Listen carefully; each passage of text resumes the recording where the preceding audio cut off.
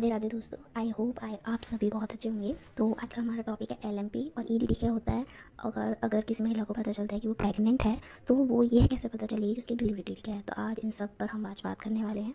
तो जब कोई महिला प्रेग्नेंट होती है तो गायनेकोलॉजिस्ट के पास जाती है, तो वो प्रिस्क्रिप्शन में जो गायनेकोलॉजिस्ट होता है वो बहुत कुछ लिखता है। तो आपने ऐसा कुछ देखा होगा, एलएमपी सबसे ऊपर एलएमपी लिखता है। एलएमपी मतलब लास्ट मेंस्ट्रुअल पीरियड, कि उस महिला को लास्ट बार मेंसेस कब हुए थे वो डेट लिखता है। तो इसका मतलब एलएमपी का मतलब है लास्ट मेंस्ट्रुअल पीरियड। तो इससे निकालते हैं कि अगर एलएमपी से हम इजीली निकाल सकते हैं कि उसकी ड्यू डेट क्या होगी, डिलीवरी एक्सपेक्टेड डिलीवरी डेट क्या होगी उसकी। जिस तरह इस प्रिस्क्रिप्शन पर लिख रहा है एलएमपी 22 फ़ैब और 2024 की है, 22 फ़ैब की है ये। तो हम एक्सपेक्टेड डिलीवरी डेट क्या लिखेंगे, देखो इन्होंने लिख रखा है 29 नवंबर 2024 इन्होंने एक्सपेक्टेड डिलीवरी डेट लिख रखा है। तो ये कैसे निकालें एलएमपी से, चलिए देखते हैं। जैसे एलएमपी गायनेकोलॉजिस्ट होता है, उन्होंने लिखा है 22 किसी भी महिला का ये है 22 फ़ैब है। अब एक्सपेक्टेड डिलीवरी डेट से कैसे निकालेंगे, आप घर पर भी निकाल सकते हो। कोई महिला है, जब वो जाती हैं किसी डॉक्टर के पास, तो डॉक्टर सच में कुछ भी नहीं बताता है। मैं एक रियल इंसिडेंस बताती हूँ अपनी लाइफ का। मैं एक रिलेटिव के साथ गई थी डॉक्टर के पास, तो उन्होंने सिर्फ वो प्रिस्क्रिप्शन देखा, कुछ लिख के और दे दिया। उन्होंने ये भी नहीं बताया कि क्या करना चाहिए, क्या नहीं करना चाहिए, क्या खाना चाहिए, क्या नहीं खाना चाहिए।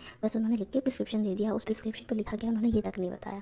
तो मैं ये नहीं कह रही हूँ हमेशा ऐसा होता है कि, लेकिन मोस्टली जो हाई हॉस्पिटल्स होते हैं वो नहीं बताते हैं, या गवर्नमेंट हॉस्पिटल्स होते हैं वो नहीं बताते। तो अगर आपको जानना है क्या है तो देख सकते हैं आप। तो एलएमपी में पता चल गया, आप खुद उस डेट को याद रख सकते हैं कि आपको लास्ट बार मेंसेस कब हुए थे।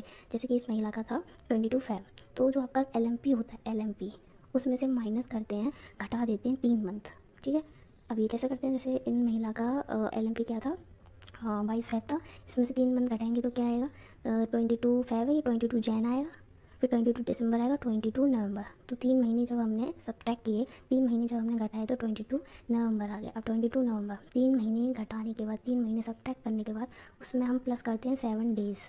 तो इस महिला का कितना आया था, 22 नवंबर, 3 महीने घटाने के बाद क्या आया था 22 नवंबर। इसमें जब हम प्लस 7 डेज़ करेंगे तो क्या आएगा 29 नवंबर 2024। तो ये ईजीली आप घर पे भी निकाल सकते हैं। तो ईडीडी क्या है, ये जो अभी हमने निकाला ईडीडी, यही ईडीडी है। ईडीडी नॉर्मल लैंग्वेज में अगर बोलें तो एक्सपेक्टेड डिलीवरी डेट, अगर लेकिन मेडिकल लैंग्वेज में बोलें तो एस्टिमेटेड, जो एस्टिमेट कर रहे हैं, जो हम कैलकुलेट करके निकाल रहे हैं, एस्टिमेटेड ड्यू डेट, किसकी ड्यू डेट, डिलीवरी की, ठीक है। नॉर्मल लैंग्वेज में बोल सकते हैं एक्सपेक्टेड डिलीवरी डेट। तो ये जो प्रिस्क्रिप्शन है, प्रिस्क्रिप्शन में यहाँ पे गायनेकोलॉजिस्ट ने लिखा है, ये यही लिखा है। आई होप आप सबको समझ में आया होगा। वीडियो देखने के लिए